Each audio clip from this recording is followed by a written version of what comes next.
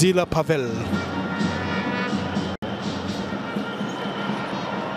Gilbert anatoa pass kwa kutafuta Claude. Claude anaendelea, anamimina pale langoni, hatari katika lango. Goal! Bao la kwanza hapa upande wa APR.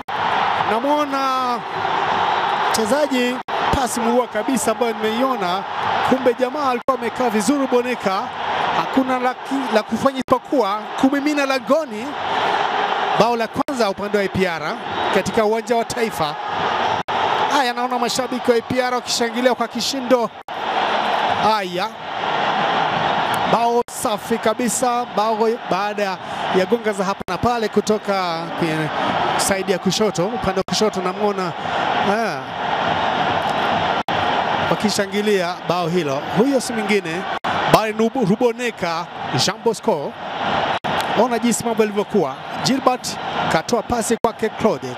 Claude anakwenda ambaye ni nahodha wa timu ya APR. Baada ya kumimina basi hakuna lingine la kufanya isipokuwa kuweka kimiani. Haya, goalkeeper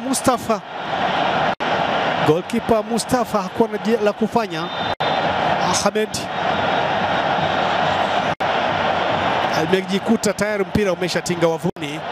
Bao la kwanza la APR. Wamecheza vizuri kabisa. Inamimina cross. Bao la pili. Bao la pili hapa. Mugisha huyo. Mugisha Gilbert anapanga bao la pili. Namna ambavyo wameanza mashambulizi, ilifikiri kwamba wanakwenda kuotea. Lakini hajaotea. Lakini namna ambavyo wamezuba kidogo defense. Defense wamezuba kidogo, alifikiri kwamba amejenga kibanda, lakini walikuwa hawana umakini kabisa. Akawahi mpira pale na kuwanyanyua mashabiki hapa. Ni bao la pili. Bao la pili la upande wa APR. Bao la pili la APR FC. Bao la kusawazisha. Wao walifikiri kwamba ni offside. Ndio, ngoja tuone. Walifikiri kwamba ni offside, lakini tuangalie kabla mpira hujatoka.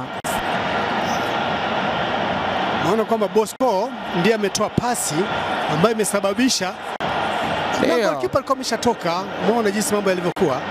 Goalkeeper tayari alikuwa ameshatoka nje. Angalia mambo yalivyokuwa. Pale alikuwa hakuna offside. Hajaotea kwa sababu wanahesabu offside lini. Angalia mpira ulipotoka kwa Ruboneka. Sasa alikuwa haipo.